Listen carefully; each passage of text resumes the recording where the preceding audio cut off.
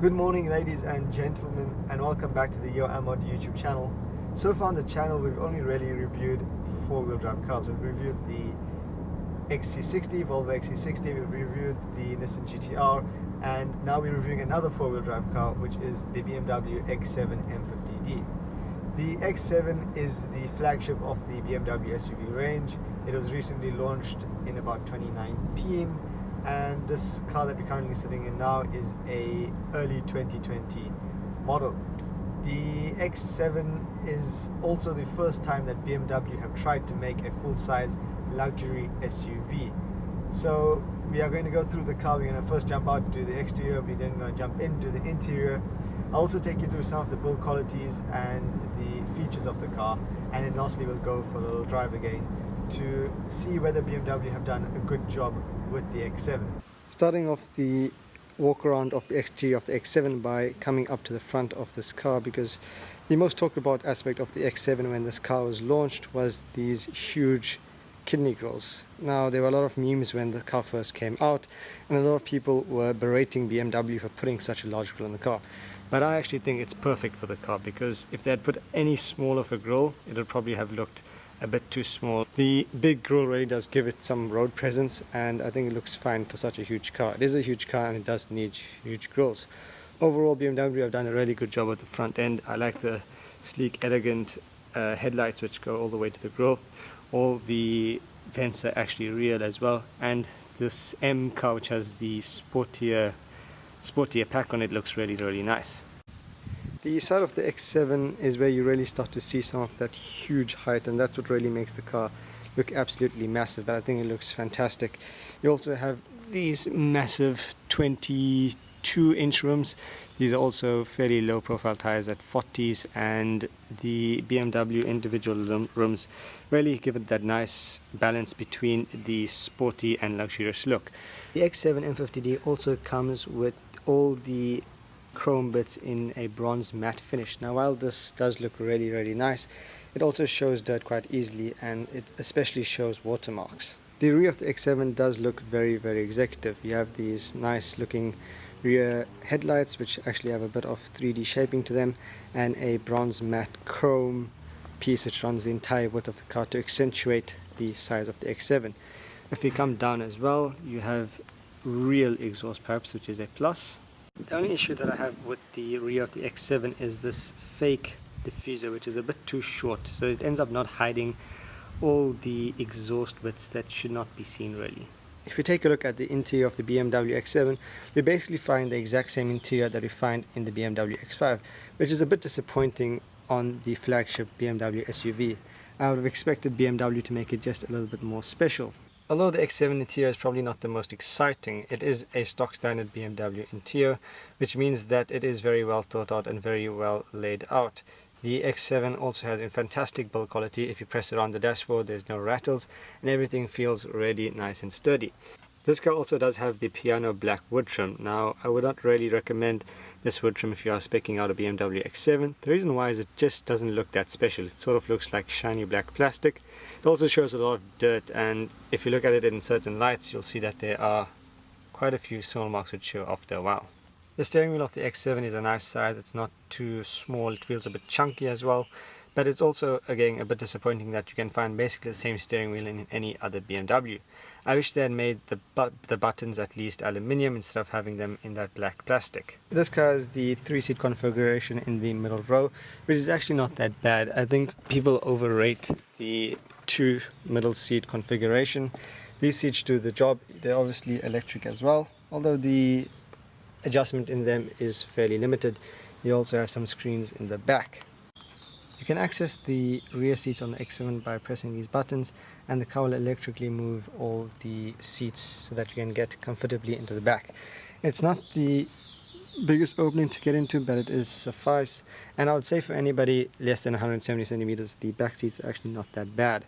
The nice thing with having the bench in the middle row is that the rear leg room actually gets a little bit bigger, because these seats are a bit narrower than the 2 coach seats that you can get as well. It's also nice that at the very back of the BMW X7 you still get climate control, you also get a panoramic sunroof, and you even get some USB-C ports. The boot of the X7 with all 7 seats up is actually not that big, but you obviously have these controls here on the left, which with just one touch of a button all the seats will go down. The process does take quite a bit, but again you get a very nice large boot afterwards.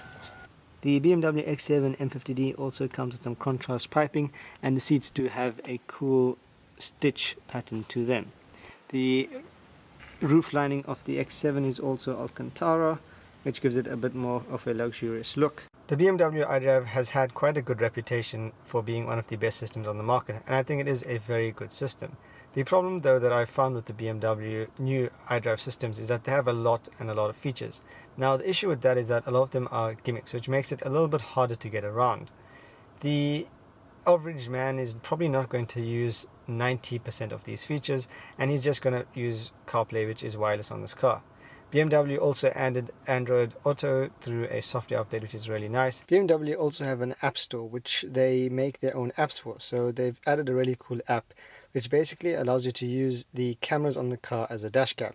So if you're driving along and you hold this button here for a few seconds, it will automatically record the last 30 or so seconds from those cameras, which makes it really useful if you get into an accident. The BMW X7 is also a very tall car. Now it does have a ride height adjustment system, so if you pull this down you can drop the car. It does take a while, and obviously if you open the doors it does stop.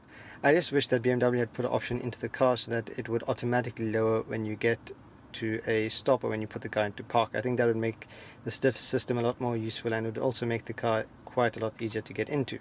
The X7 also has a fairly advanced cruise control, so the car will keep the distance in front of you, it'll take you around corners, it'll steer and keep you in your lane, and it'll also change lanes if you want. It's all done through these buttons here on the steering wheel, and it is definitely much better than the initial versions that we were getting on the BMW 7 Series or the Mercedes-Benz S-Class. If you want to see a full walk around of the BMW X7 where I take you through all infotainment screens and all the different features of the X7, you can go and watch my full in-depth BMW X7 walkthrough, which I'll leave linked down in the description below. The BMW X7 also has a perfume system which sits in the glove box. Now this perfume system does take out most of the glove box, so it's not the most useful glove box in the world after that.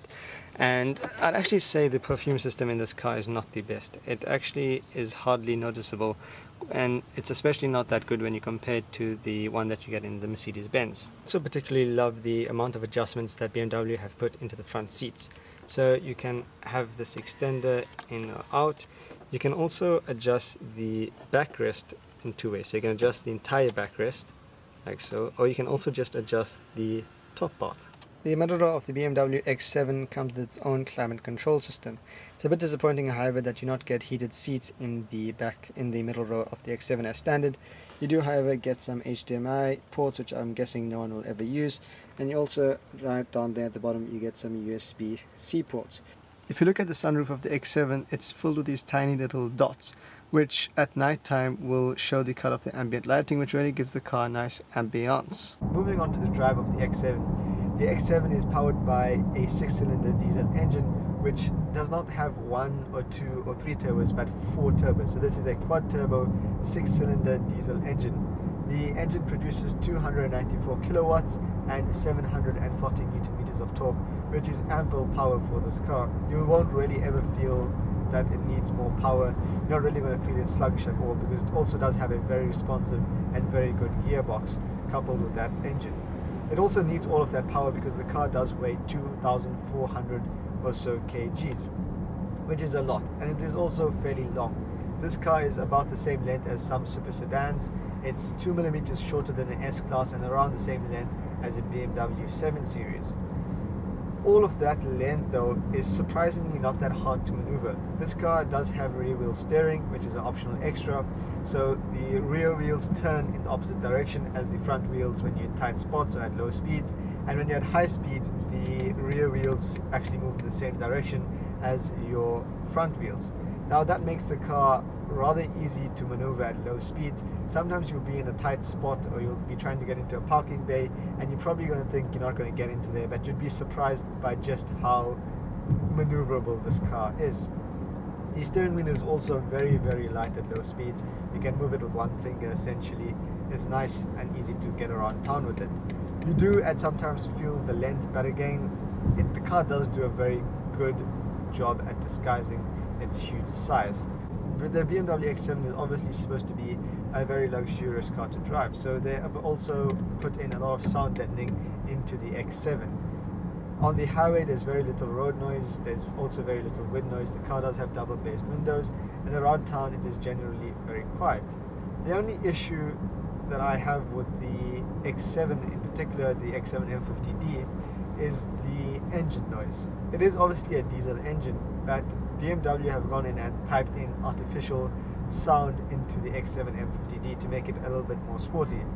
Now, I don't quite understand why that's necessary on a 7-seater BMW X7, which is supposed to be luxurious, which is supposed to be nice and comfortable, because after a while it does get a little bit annoying that you're constantly hearing every time you accelerate the artificial sound being pumped into the car. I wish they had put in an option into the software of the car to just turn it off. The suspension on the X7 is also very good. This car also has the optional camera in the windscreen where it supposedly scans the road and adjusts for any bumps.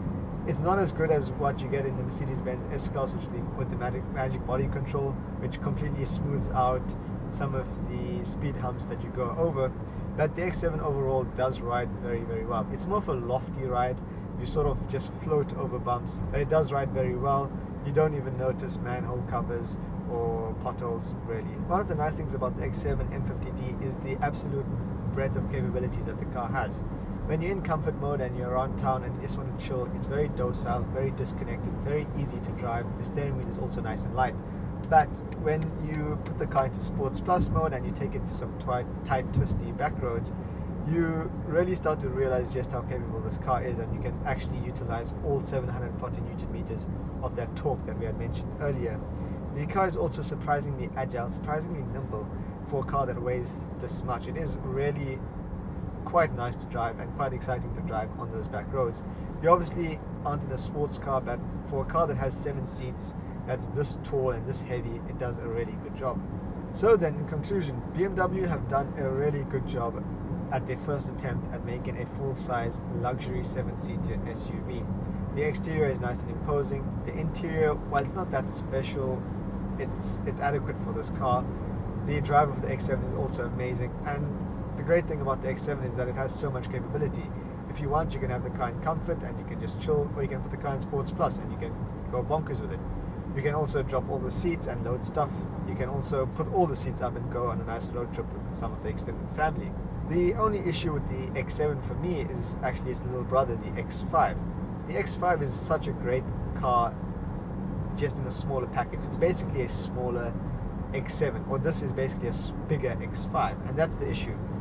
With the flagship SUV in the BMW range, you would have expected BMW to just make it a little bit more special. The X5 virtually has the same ride. It's just as comfortable, just as quiet, but it's slightly more engaging and easier to drive around town because it is that much smaller than the X7. So when you're looking to buy the X7, the question that you should ask yourself is probably, do you need that extra space? Do you need those extra 2 seats? And that brings us to the end of this X7 M50d review. If you've enjoyed this video, please drop a like. As always, you can comment if you have any questions and I'll try my best to answer them as well.